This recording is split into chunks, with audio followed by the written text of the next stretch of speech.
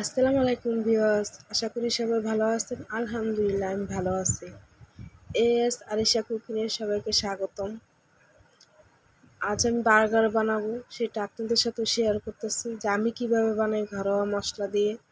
তো এখানে আমি বার্গারের জন্য মুরগির বুকের যে সলিড মাংসটা আছে সেটাই টুকরো টুকরো করে নিয়েছি। আর ওটার সাথে ধনিয়ার গুঁড়া, মরিচ, হলুদ, জিরা, লবণ পরিমাণ মতন, সয়া সস, টমেটোর সস, একটু আচারের তেলটা দিলে ভালো লাগে তাই আচারের তেলটা দিছি, আপনারাও দিবেন। আদা রসুন বাটা, এগুলো দিয়ে আমি ভালো করে মিক্সড করে নিতেছি।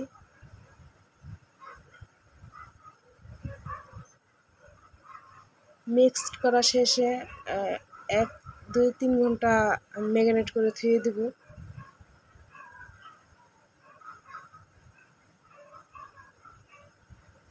হাতে যদি তো সময় থাকে আপনারা এইভাবে করে রেখে দেবেন।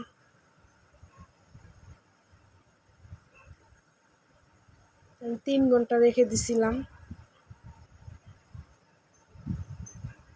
তেল গরম করে আমি তেলের উপরে ভেজে নিতেছি। চুলার জালটা বাড়ানোই থাকবে, কমাবে না, মিডিয়ামও না।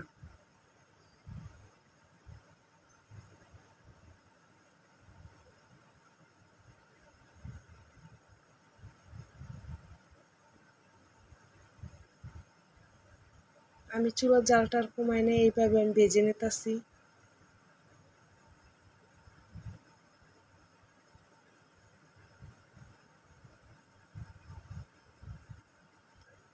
বার্গারের জন্য এখন আমি সস বানিয়ে নিব। মেয়োনিজ নিছি, ওটার সাথে টমেটো সস নিছি, সরষে বাটা, রসুন বাটা,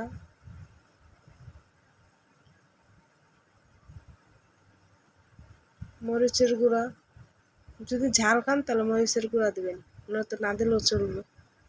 গোলমরিচের গুঁড়া এটা আমি ঘরেই বানিয়েছি, সেটাই আমি দিয়ে দিলাম। গোলমরিচ, চিনি দিব,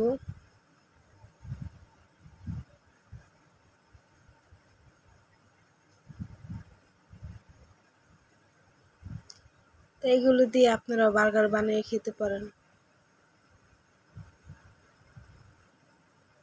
এই সসটা এত মজা হয়, বার্গারের সাথে অনেক ভালো লাগে খেতে।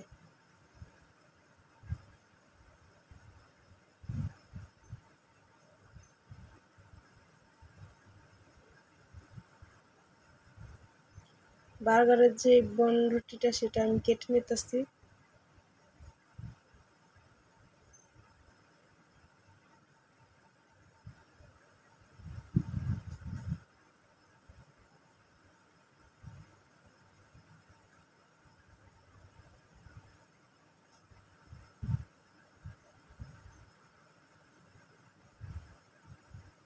সস দিয়ে রুটিটা আমি করে নেব, মাখিয়ে নিব।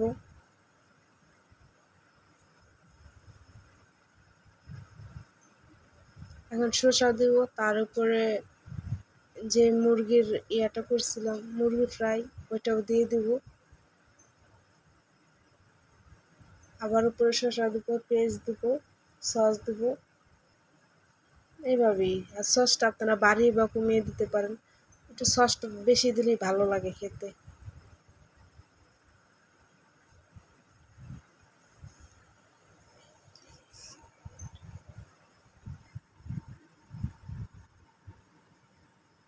হয়ে গেল আমার বার্গার।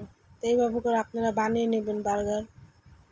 সকালে বাচ্চার টিফিনে বা যখন খুশি তখন বানিয়ে খাওয়া যায়।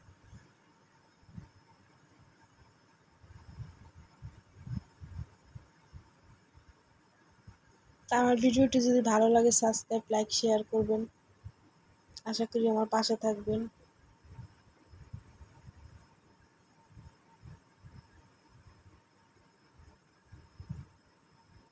আর কে কোথা থেকে দেখতেছেন আমাকে জানাবেন। আর এইভাবে করে বানিয়ে দিলে বাচ্চারা একবার খেলে আরেকবার খেতে যাবে, এতটাই মজা হয়। আর বাচ্চারা তো জানেনি এইসব জিনিসের প্রতি ওদের লোভ বেশি বা খেতে চায়। বার্গার, স্যান্ডউইচ এগুলি বাচ্চারা খেতে চায় বেশি, তো ঘরোয়াভাবে বানিয়ে দিলে স্বাস্থ্যকর উপায়ে বানিয়ে দেওয়া যায়।